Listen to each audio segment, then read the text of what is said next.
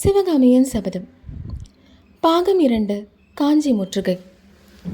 அத்தியாயம் 38. சந்திரன் சாட்சி. இரவு ஜாம நேரத்துக்கு மேல் மாமல்லர், சிவகாமி, ஆயனர் ஆகியோர் திரும்பி கிராமத்தை அடைந்தபோது நாவுக்கரசர் மடத்து வாசலில் பெருங்கூட்டம் நிற்பதைக் கண்டார்கள். நிலா ஒளியில் அந்த கூட்டத்தின் மத்தியில் கத்தி, கேடயங்களும் வாள்களும் மின்னின. 3 பேரும் துணுக்கமடைந்து வீதி முனையில் கோவில் மதிலோரமாக ஒதுங்கி நின்றார்கள். மடத்து வாசலில் நின்ற வீரர்கள் யாராக இருக்கும் என்ற கேள்வி மூவருடைய மனத்திலும் எழுந்தது. அன்று காலையில் குண்டோதரனுக்கும் மாமல்லருக்கும் ஒரு சிறு வாக்குவாதம் நடந்தது. மேலே நடக்க வேண்டிய காரியத்தை பற்றி.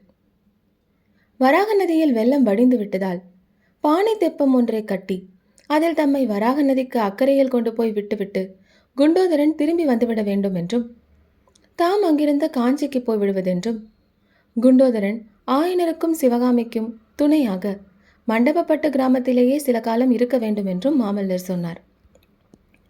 குண்டோதரன் இதை மறுத்து தான் முதலில் அக்கறை சென்று பல்லவ சைனியத்தை பற்றி தகவல் விசாரித்து வருவதாகவும், அதற்கு பிறகு என்ன செய்வது என்பதை முடிவு செய்து கொள்ளலாம் என்றும் கூறினான். மாமல்லரும் இன்னும் ஒரே ஒரு நாள் சிவகாமியோடு இருக்கலாம் என்ற ஆசையினால் அதற்கு இணங்கினார். ஆனாலும் அன்றைக்கெல்லாம் அவருக்கு அடிக்கடி மனதில் பரபரப்பு உண்டாகி கொண்டிருந்தது. சாயங்காலம் ஆக ஆக குண்டோதரன் ஏன் இன்னும் வரவில்லை, எத்தனை நாள் தான் இங்கு சும்மா உட்கார்ந்திருப்பது என்ற எண்ணங்கள் அவ்வப்பொழுது அவர் உள்ளத்தில் தோன்றி அல்லல் செய்தன. மோகன நில ஒளியில் சிவகாமியோடு பேசிக்கொண்டிருந்த பொழுது கூட நடுநடுவே மாமல்லரின் மனம், குண்டோதரன் இதற்குள் வந்திருப்பானா, என்ன செய்து கொண்டு வந்திருப்பான் என்று எண்ணமிட்டு கொண்டுதான் இருந்தது. இப்பொழுது மடத்து வாசலில் கூட்டத்தை கண்டதும், அதிலும் வாள்கள் வேல்களின் ஒளியை கண்டதும் மாமல்லருடைய மனதில் ஏக காலத்தில் பல கேள்விகள் எழுந்தன. யார் இவர்கள்? பகைவர்களா? பல்லவ வீரர்களா? பல்லவ வீரர்களாக இருந்தால் இங்கு நாம் இருப்பது தெரிந்து வந்திருப்பார்களோ? தெரிந்தவர்களாக இருந்தால் திடீரென்று நம்மை கண்டதும் கோஷமிடுவார்களே, கிராமவாசிகளுக்கு தெரிந்து போய்விடுமே. மாமல்லருடைய மன தயக்கத்தையும் அதன் காரணத்தையும் ஒருவாறு புரிந்து கொண்ட ஆயனர், பிரபு, தாங்களும் சிவகாமியும் சற்று இவ்விடமே நில்லுங்கள், நான் முன்னால் சென்று வந்திருப்பவர்கள் யாரென்று பார்க்கிறேன் என்று கூறிவிட்டு சென்றார். சிவகாமியும் மாமல்லரும் கோவில் மதிலோரத்தில் மதிலுக்குள்ளிருந்து கொப்பும் கிளையுமாய் வெளியே படர்ந்திருந்த மந்தார மரத்தின் அடியில் நின்றார்கள். அப்பொழுது மாமல்லர் மடத்து வாசலில் நின்ற கூட்டத்திலிருந்து வந்த சத்தத்தை காது கொடுத்து கவனமாக கேட்டார். கலகலவென்று எழுந்த பல பேச்சு குரல்களுக்கிடையில் தளபதி பரஞ்சோதியின் குரல் கணீர் என்று கேட்டது. கிராமவாசிகள் பலர் ஏக காலத்தில் மறுமொழி கூறினார்கள்.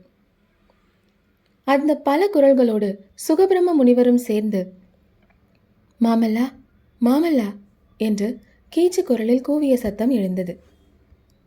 மாமல்லரின் மனக்குழப்பம் எல்லாம் ஒரு நொடியில் நீங்கிவிட்டது. நமது தளபதி பரஞ்சோதிதான் வந்திருக்கிறார், வா சிவகாமி, நாமும் போகலாம் என்று அவர் உற்சாகம் ததும்பும் குரலில் கூறி மேலே நடக்க தொடங்கிய பொழுது சிவகாமி அவருடைய கரத்தை மெதுவாக தொட்டு பிரபு என்றாள். மந்தார மரத்து கிளைகளின் வழியாக வந்த பால் நிலவின் ஒளியில் அவளுடைய கண்களில் துளிர்த்திருந்த 2 கண்ணீர் துளிகளும் முத்தை போல் பிரகாசித்ததை மாமல்லர் பார்த்தார். என் கண்ணே, என்ன இது என்று மாமல்லர் அருமையுடன் கூறி தமது அங்கவஸ்திரத்தினால் கண்ணீரை துடைத்தார். உங்கள் தளபதியின் குரல் கேட்டதும் இந்த பேதை பெண் அவசியமில்லாமல் போய்விட்டேன் அல்லவா என்று சிவகாமி விம்மினாள். இப்படி நேரும் என்று சற்றும் எதிர்பார்க்காத மாமல்லர் அவளுக்கு எந்த விதத்தில் தேர்தல் சொல்வது என்று தெரியாமல் சற்று திகைத்து நின்றார். பின்னர், என் ஆருயிரே, ஏன் இப்படி பேசுகிறாய்? சற்று முன்னால் நீதானே உன் வாயார வீர மொழிகளை புகன்று என்னை போர்க்களத்திற்கு போகும்படி ஏவினாய். போக வேண்டிய சமயம் வந்திருக்கும் பொழுது இப்படி நீ கண்ணீர் விட்டால் நான் என்ன தைரியத்தோடு போவேன் என்று கூறி சிவகாமியின் அழகிய முகவாயை பிடித்து நிமிர்த்தினார். அப்பொழுது சிவகாமியின் முகத்தில் நிலாமதியின் கிரணங்கள் நேராக விழ அவளுடைய இயற்கை பொன்னிற முகம் தந்த நிறம் பெற்று திகழ்ந்தது.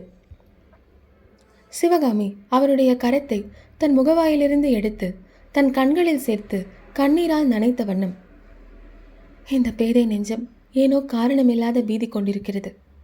என் வாழ்நாளின் இன்பம் இன்றோடு முடிந்து விட்டதைப் போல் தோன்றுகிறது. பிரபு, என்னை மறக்க மாட்டீர்களே? மத்த யானையின் மேலே ஏறி யுத்த காலத்தில் சத்ருக்களை துவம்சம் செய்யும் பொழுதும், அகில சாம்ராஜ்யத்தின் சக்கரவர்த்தியாகி மணிமுடி தரித்து ரத்தின சிங்காதனத்தில் அமர்ந்திருக்கும் பொழுதும் இந்த ஏழை சிற்பியின் மகளை மறவாமல் இருப்பீர்கள் அல்லவா என்று கேட்டார். மாமல்லர் வான கடலில் மிதந்த பூரண சந்திரனை சுட்டிக்காட்டி, சிவகாமி, அதோ அமுத நிலவை சொரிந்து கொண்டு வான வீதியில் பவனி வரும் சந்திரன் சாட்சியாக சொல்கிறேன், கேள். இந்த ஜென்மத்தில் நான் உன்னை மறக்க மாட்டேன். இப்படி வாக்குறுதி கூறுவதில் பொருளே இல்லை. ஏனென்றால் நான் முயன்றாலும் அது முடியாத காரியம். உன் மனதில் காரணமில்லாமல் தோன்றும் பீதிக்கு ஏதாவது உண்மையில் காரணம் இருக்கும் என்றால் ஒன்றே ஒன்றுதான் இருக்க முடியும். ஒருவேளை போர்க்களத்தில் நான் வீர மரணம் அடைவேன். ஐயோ, அப்படி சொல்லாதீர்கள்.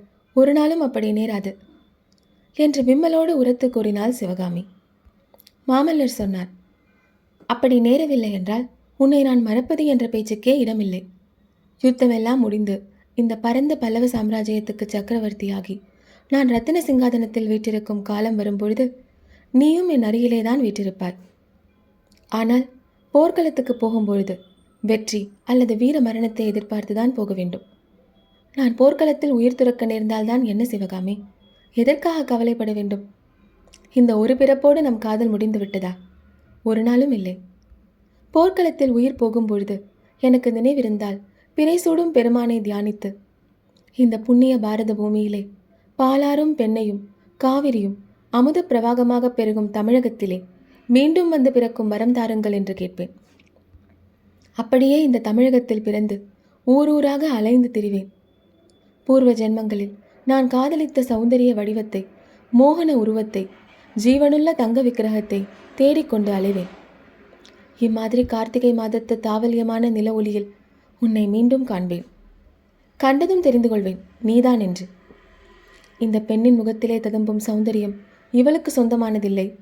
பல ஜென்மங்களில் தொடர்ந்து வந்த என் காதலின் சக்திதான் இந்த மோகனத்தை அளித்திருக்கிறது என்று தெரிந்து கொள்வேன். உன் கண்களில் ஜொலிக்கும் மின்னொளியில் என் உயிரின் சுடரை கண்டு தெரிந்து கொள்வேன். உன் இதழ்களின் புன்னகையில் என் இருதயத்தின் தாபம் தணிவதை உணர்ந்து அறிந்து கொள்வேன். இதோ இவள்தான் என் சிவகாமி. ஜென்ம ஜென்மங்களிலெல்லாம் என் உயிரிலே கலந்த இன்ப ஒளி இவள்தான்.